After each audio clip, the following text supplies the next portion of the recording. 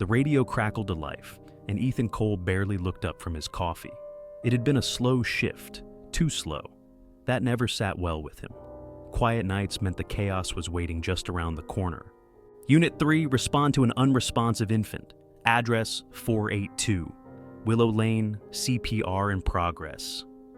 Ethan's heart lurched. He had responded to hundreds of emergencies, fires, overdoses, shootings, but nothing hit harder than a child in distress. And an infant? That was the worst kind of call. His partner Jenna was already buckling in, her face tightening into that familiar mask of control they all wore when facing something too awful to process. Ethan flicked on the sirens and floored it. Seconds mattered. Willow Lane was a quiet street, lined with cookie-cutter houses, picket fences, and wind chimes that jingled in the cold night breeze. The ambulance barely rolled to a stop before Ethan was out, grabbing the emergency bag. The front door was wide open. A mother stood in the doorway, hysterical, her screams barely coherent. "Please, please, he's not breathing! Oh my God, do something!"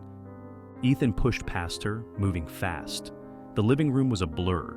Stuffed animals on the couch, a baby bottle tipped over on the coffee table, a framed family picture on the wall. He didn't stop. The nursery was small, warm, peaceful, except for the horror unfolding inside it. A man, the father, was on his knees beside the crib, tears streaking down his face, desperately pressing his fingers against a tiny, lifeless chest. The baby, no more than 6 months old, was motionless, his lips tinged blue. Ethan dropped to his knees beside them. "Move!" he ordered. The father flinched but obeyed. Ethan leaned in, feeling for a pulse. Nothing. His training took over. He blocked out everything, the crying, the pleading, the shaking hands of the parents. Right now, this baby was his mission. He tilted the infant's head, gently but quickly, opening the airway. His fingers found the soft rise of the ribcage. Then he began compressions. 1, 2, 3, 4, 5. Tiny, fragile bones beneath his hands. "Come on, buddy, stay with me." Jenna was already beside him, setting up the oxygen mask, her hands moving with calm precision. But he could hear the strain in her voice. "I need a heartbeat, Ethan." He pressed harder, counted the compressions. Knew, somewhere deep in his gut, that this was already slipping away from him. But he didn't stop. He couldn't stop. The mother was on the floor now, rocking back and forth, sobbing into her hands. The father kept whispering, "Please, please, please." Ethan had seen death before, had fought it and lost too many times. But he wasn't going to lose this one. He refused. Ethan's arms burned, but he didn't stop. 30 compressions, 2 rescue breaths. Repeat. The baby's body was so small, fragile beneath his hands, his ribs barely rising with each breath. Too still, too quiet. Jenna pressed the pediatric oxygen mask over the tiny mouth and nose, squeezing the bag to force air into his lungs. The clear plastic fogged slightly, but no movement came back. "Nothing," she whispered, shaking her head. Ethan gritted his teeth. Not yet. Not now. 1, 2, 3, 4, 5. The father was standing now, his hands gripping his own hair, his body trembling. He looked at Ethan like he was the last person on earth who could save his child. "Please, please, just keep going," he begged, his voice cracked. "You can bring him back, right? You can do it." Ethan didn't answer, didn't break rhythm. He knew what he wanted to say. "I don't know. I don't know if I can save him." But that was never an option. "Epinephrine," he said instead, keeping his voice steady. Jenna was already ahead of him, drawing up the tiny dose, barely enough liquid to fill a quarter of the syringe. She found the thin skin on the baby's leg and pushed the needle in. Seconds passed. Nothing. More compressions, more breaths, more silence. And then the mother screamed, "Do something! You're not doing enough!" Ethan barely flinched, but Jenna's hands shook for the first time that night. "She's in shock," Jenna muttered under her breath. "They always react like this." Ethan knew that. He had seen grief twist people in ways they never thought possible. But that didn't make it easier. The baby's body remained still. Jenna leaned closer to his ear. "Ethan, it's been over 20 minutes." He knew what that meant. He'd been in the field long enough to know that oxygen deprivation past the 15-minute mark meant irreversible brain damage, if the baby even came back at all.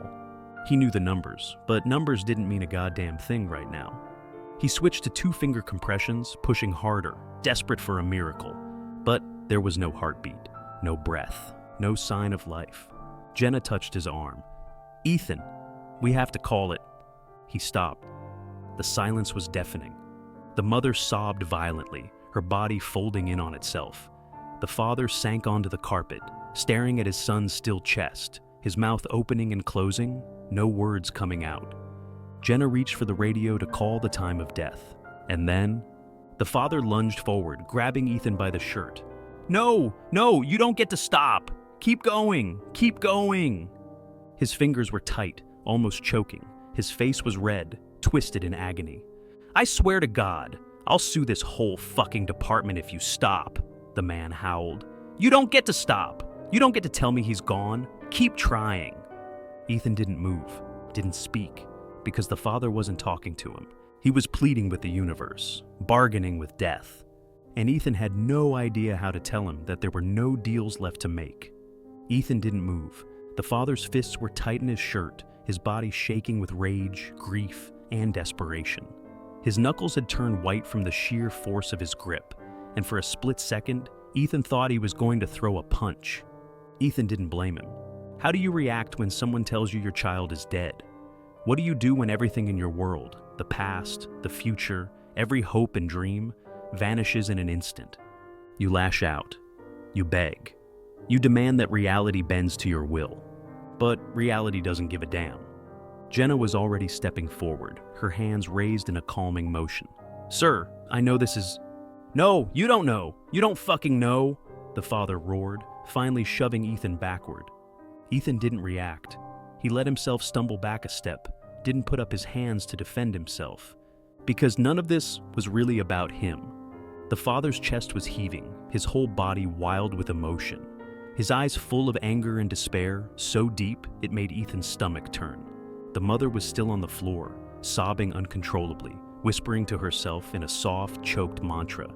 He was fine this morning. He was fine. He was fine. Ethan's gaze drifted back to the crib.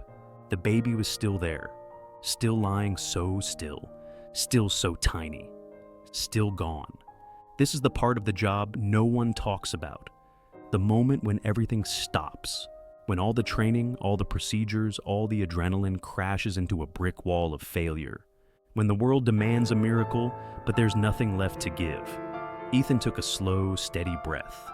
He squared his shoulders, looked the father directly in the eye, and spoke with the kind of unshakable certainty that only came from a lifetime of seeing too much death and too little justice. "I swear to you, we did everything we could." The father's face crumpled, his rage collapsing in on itself, giving way to something much worse. Defeat. He turned away, pressing his hands against his head, his silent sobs the loudest thing in the room.